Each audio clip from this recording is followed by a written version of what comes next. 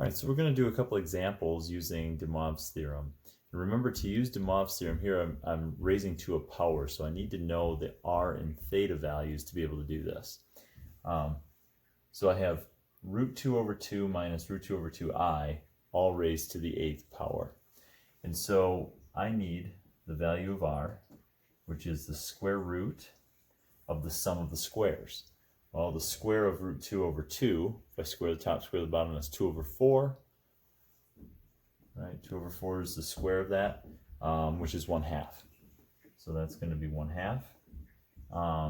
Add to that the square of the other one. Well, square of root 2 over 2 is again 2 over 4, which is 1/2. So I get 1/2 plus 1/2, which of course is the square root of 1, which is 1. Okay, so radius is 1 on this one. Remember that theta can be found using the inverse tangent of b over a. So it would be negative root 2 over 2 over root 2 over 2. Well, you get the same thing on top and on the bottom, so that's going to actually be negative 1. So it's inverse tangent of negative 1, which would give you negative 45 degrees on your calculator, right, if you input that. However, this angle, or this point I should say, positive real direction, negative imaginary direction is a 4th quadrant angle.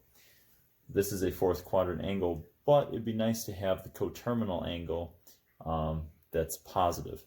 And so in this case, 360 minus 45 would be, what's that, one? It would be 315 degree angle. Okay. Yeah, 315 degree angle. I don't know why I froze on that one, but that works, yeah. So remember, de Moivre's theorem says that the 8th root is going to be r to the 8th times the cosine of 8 theta plus I times the sine of 8 theta. Okay, so we got to figure out what 8 theta is. Well, 8 times 315.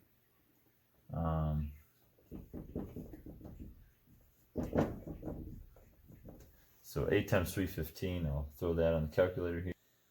And so 8 times 315 is 2520. So that's 2,520. Okay, so now we just plug these things in. Well, our radius is 1, so that's 1 raised to the 8th power, cosine of 2520 degrees plus I sine of 2520 degrees. Okay, that should be a nice angle. If I do the cosine of 2520, I get 1. Interesting. Well, I'm not sure what 2520 is, but we don't really need to know yet. So this is 1 times 1 plus I times now the sine of 2520. I'm guessing that's going to be 0. Let's see.